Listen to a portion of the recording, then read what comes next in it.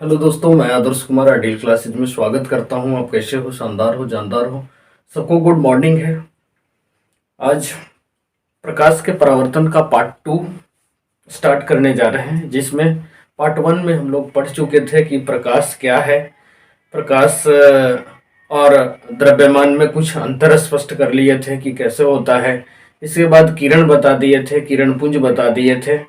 फिर प्रकाश के प्रकृति के आधार पर उसके पदार्थों का वर्गीकरण, पारदर्शी, अपारदर्शी, पारभासी, ये सब के बारे में चर्चा कर चुके थे। तो आज हम देखेंगे यहाँ से कि प्रकाश के परावर्तन होता क्या है। तो देखिए, प्रकाश का परावर्तन, जैसे प्रकाश की किरण आती है और सीधे किसी सतह से टकराकर पुनः उसी माध्यम में चल जाती है, तो उसको कहा जाता है प्रकाश का परावर्तन। और जब प्रकाश की किरण एक माध्यम से दूसरे माध्यम में चली जाती है, तो उस क्रिया को हम कहते हैं अपवर्तन। तो ये हम परावर्तन पढ़ रहे हैं। तो इसमें प्रकाश की किरण क्या होती है कि सीधे किसी सतह पर आती है, फिर उससे परावर्तित हो जाती है। जैसे ये एक सतह है, ये आपका सतह है। ये प्रकाश की किरण सीधे आएगी, प्रकाश की किरण ये यहां से टकराकर पुनः उसी माध्यम में चली जाएगी। मान लेते हैं ये हवा है और हवा में ही चली जाए, ये हवा में ही चली जाए, तो इस क्रिया को हम कहते हैं परावर्तन होना। तो ये जिस सतह पर आता है वो कलई किया हुआ पार्ट रहता है, सिल्वर ब्रोमाइड का रहता है, AgBr या AgCl। तो इस तरह से तो हवा से प्रकाश की किरण सीधे आती है, किसी सतह से टकराकर पुनः उसी माध्यम में लौट जाती है। तो प्रकाश की इस घटना को प्रकाश का परावर्तन कहा जाता है। तो ये देखिए आपतित किरण है, ये आपका आपतित किरण हो जाता है, आपतित किरण। ये होता है परावर्तित किरण, परावर्तित किरण। ये है परावर्तक सतह, परावर्तक सतह, परावर्तक सतह। यहां पे एक लंब डाल देते हैं, एक लंब डाला हुआ रहता है जिसको हम अभिलंब कहते हैं, अभिलंब कहा जाता है। ये अभिलंब और आपतित किरण के बीच में कोण बनता है I, और परावर्तित किरण अभिलंब के बीच में कोण बनता है R। इसको बोला जाता है, I को कहते हैं आपतन कोण, आपतन कोण, और R को बोला जाता है परावर्तन कोण, परावर्तन कोण। I इंसिडेंस ऑफ एंगल होता है, रिफ्लेक्शन एंगल होता है, इसलिए I से डिनोट करते हैं। तो ये अभिलंब आपतित किरण, जो किरण आती है, आपतित किरण परावर्तक सतह से आपतित हो जाती है, परावर्तित हो जाती है, तो उसको परावर्तित किरण।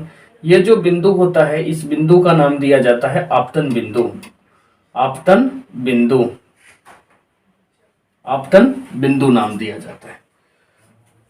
तो अब यहां देख लिया जाए कि प्रकाश का परावर्तन है क्या, प्रकाश के परावर्तन है क्या, इसकी परिभाषा देख लेते हैं। तो किसी माध्यम से गमन करती हुई प्रकाश की किरणें किसी सतह से टकराकर पुनः उसी माध्यम में लौट जाती है, तो प्रकाश की इस घटना को प्रकाश का परावर्तन कहा जाता है। किसी माध्यम से, किसी माध्यम से गमन करती हुई, गमन करती हुई, करती हुई प्रकाश की किरण, प्रकाश की किरण, प्रकाश की किरण किसी सतह से, किसी सतह से टकराकर, टकराकर, टकराकर पुनः उसी माध्यम में, उसी माध्यम में लौट जाती है, लौट जाती है,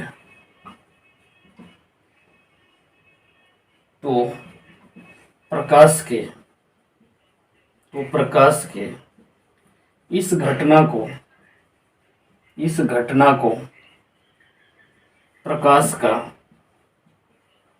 प्रकाश का परावर्तन कहा जाता है, परावर्तन कहा जाता है,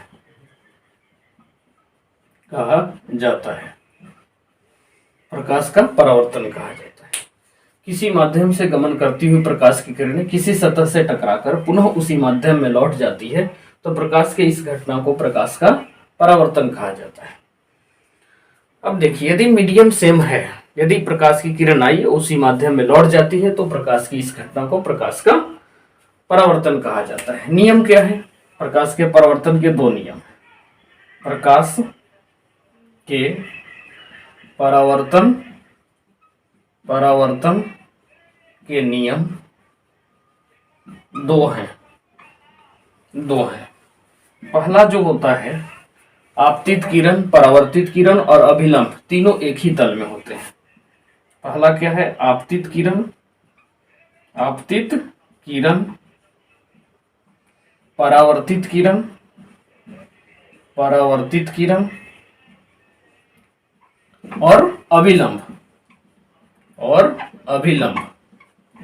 और अभिलंब तीनों एक ही तल में होते हैं। एक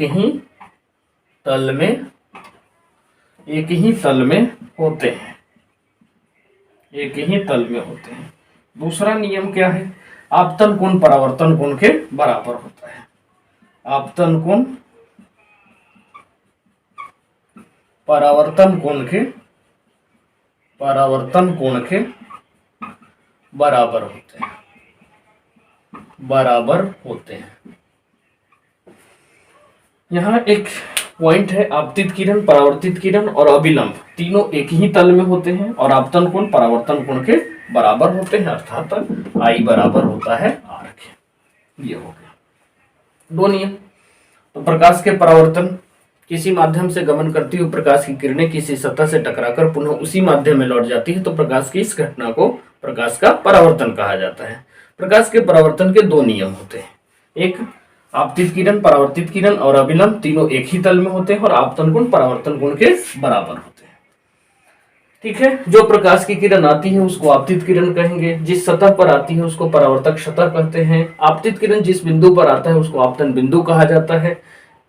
आपतन बिंदु से जो प्रकाश की किरण उसी माध्यम में लौट जाती है उसको परावर्तित किरण कहा जाता है। आपतन बिंदु पर एक लंब खींच दी जाती है जिससे अभिलंब कहा जाता है। I को आपतन कोण और R को परावर्तन कोण कहते हैं। तो ये ध्यान रखना है। ये हो गया। अब देखते हैं कि इस पर आधारित कैसे न्यूमेरिकल रहता है और कैसे क्वेश्चन पूछा जाता है। तो देखिए, इतना हो गया, बढ़े आगे। चलिए, कर लिए। तो यहां से दो बातें, I बराबर R पढ़े हम लोग, I बराबर R पढ़े, तो इसी पर आधारित आपको न्यूमेरिकल रहता है। जैसे देखिए,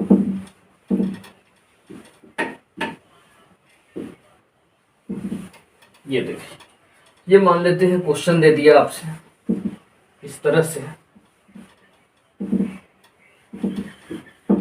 इस तरह से दे दिया। पहला क्वेश्चन, क्वेश्चन 1, पहला क्वेश्चन दे दिया इस तरह से कि यहाँ से 30 डिग्री का कोण बनाता है, ये आपतित किरण है, ये अभिलंब है। तो यहाँ से आपको निकालना है कि I बराबर क्या होगा, R बराबर क्या होगा, और परावर्तक सतह से परावर्तक सतह से कोण, परावर्तक सतह से कोण कितना होगा। ये तीन क्वेश्चन कर दिए। ये तीन क्वेश्चन कर दिया कि ये परावर्तक सतह है आपका, परावर्तक सतह, परावर्तक सतह, सतह से 30 डिग्री आपतित किरण, ये आपतित किरण है, ये परावर्तित किरण है, ये अभिलंब है। तो आपको पता है कि अब आपको I और R और परावर्तक सतह से कोण निकालना है कि कितना होगा। परावर्तक सतह से परावर्तित किरण का, परावर्तक सतह से परावर्तित किरण के बीच, परावर्तित किरण के बीच कोण निकालना है आपको। ये 3 क्वेश्चन दे दिया। चलिए करें। देखिए ये 30 डिग्री है, तो ये क्या होगा, लंबवत होता है। ये लंबवत हो गया। तो जब ये सतह से 30 डिग्री कोण बनाया है, ये टोटल कोण 90 डिग्री है, तो ये आपका 60 डिग्री होगा। क्योंकि अभिलंब क्या होता है, अभिलंब जो है, अभिलंब परावर्तक सतह पर लंब होता है। परावर्तक सतह पर लंब होता है। ये लंब होता है। ये हो गया। जब लंब हो गया तो ये आई बराबर क्या हो जाएगा, आई हो जाएगा 90 माइनस 30, तो ये कितना हो जाएगा 60 डिग्री। आई निकल गया। अब आपको आपतन कोण परावर्तन कोण के बराबर होता है, तो आई बराबर आर, तो ये भी कितना हो गया 60 डिग्री, तो ये भी आपका 60 डिग्री हो गया। अब अभिलंब एक दूसरे से, इधर लंब है तो इधर भी लंब होगा, तो यहाँ भी। अब तीसरा देखेंगे, इस सतह से कोण, तो सतह से कोण कितना बनाएगा, यहाँ भी 90 डिग्री का कोण बनाएगा। तो सतह से परावर्तित किरण के बीच कोण, ये 90 माइनस कितना हो गया 60, तो ये कितना हो गया अपना 30 डिग्री। ये हो गया 30 डिग्री।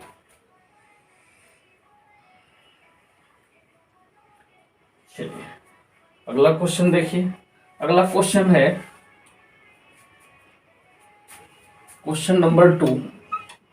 क्वेश्चन नंबर 2 देखिए, ये लंबवत प्रकाश की किरण आई है, ये लंबवत प्रकाश की किरण आई है। यहां पर बताइए आई आर कितना होगा। Question number 2, question number 2।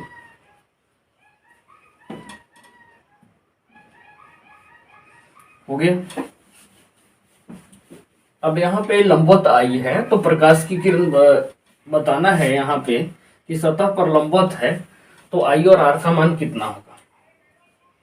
अब देखिए ध्यान से, जो आपतन कोण होता है, ये आपतन कोण जो होता है, ये आपतन कोण जो होता है, ये देखिएगा तो अभिलंब और आपतित किरण के बीच होता है, और ये सीधा लंबवत होता है, और ये सीधा प्रकाश की किरण लंबवत आई है। प्रकाश की किरण जब लंबवत आई है, ये प्रकाश की किरण लंबवत आई है, तो सीधे परावर्तित हो जाएगी। जैसे ये आई बराबर आर से मुड़ी, मतलब ये 90 डिग्री से आई है, तो सीधे वापस चल जाएगी। कोण निकालेंगे, ये परावर्तित किरण और अभिलंब के बीच, और दोनों एक दूसरे पर हो जाएगा। प्रकाश की किरण सीधे आई और ऐसे ही लौट जाएगा, सीधे ऐसे लौट जाएगा। प्रकाश की किरण ऐसे सीधे आई, लंबवत भी ऐसी लंबवत होता है, सीधा खींचा जाता है। प्रकाश की किरण सीधे ऐसे चली गई, कोण निकाला जाता है अभिलंब और परावर्तित किरण के बीच में। तो अभिलंब और परावर्तित किरण के बीच में कोण कितना बनेगा, ये आई तो हो जाएगा 90 डिग्री, लेकिन आर परावर्तित किरण का मान कितना होगा, ये हो जाएगा 0 डिग्री, क्योंकि इसके बीच कोई कोण ही नहीं बनाएगा। तो आई और ये आर, आई 90 हो गया, आपतित किरण 90 डिग्री से आपतित हुई है, और आर कितना हो गया 0 डिग्री, 0 डिग्री से परावर्तित हुई। तो ध्यान देना है, अभिलंब और परावर्तित किरण के बीच में कोई कोणे नहीं है, संपाती हो गया, संपाती 0 डिग्री का कोण बनाएगा, तो ये 0 हो जाता है, ये हो जाता है 0। क्वेश्चन नंबर देखिए 3। क्वेश्चन नंबर 3, अब यदि इस प्रकार से दिया हुआ है, 3 फिगर दे दिया, ऐसे दे दिया, ऐसे दे दिया, एक दे दिया ऐसे, ऐसे दे दिया। यहाँ पर दिखा रहा है आई और ये आर, यहाँ पे ये दिखा रहा है आई और आर, ये दिखा रहा है आई और आर, और ये को एक दे दिया ऑप्शन इस तरह से, ये ऑप्शन दे दिया आई और आर। अब यहाँ पूछ रहा है कि प्रकाश के परावर्तन कहाँ लागू होता है। प्रकाश का परावर्तन लागू होता है, लागू होता है। किस में लगता है? ये ए ऑप्शन हो गया, बी ऑप्शन हो गया और ये सी ऑप्शन हो गया, ये आपका डी ऑप्शन हो गया। तो कहाँ पे ये लागू होगा? तो यहाँ देखिए, यहाँ तो बिल्कुल नहीं होगा, ये सीधा ऐसे है, ये सीधा देखिए आपतन का कोण परावर्तन कोण के बराबर होना चाहिए। तो ज्यादा सटीक क्या है? ये वाला ऑप्शन, ये वाला ऑप्शन ज्यादा सटीक है। तो ये प्रकाश का परावर्तन, प्रकाश के परावर्तन के नियम और उससे रिलेटेड क्वेश्चन ये कंप्लीट किए। मिलेंगे नेक्स्ट वीडियो में, तब तक के लिए गुड बाय, जय हिंद।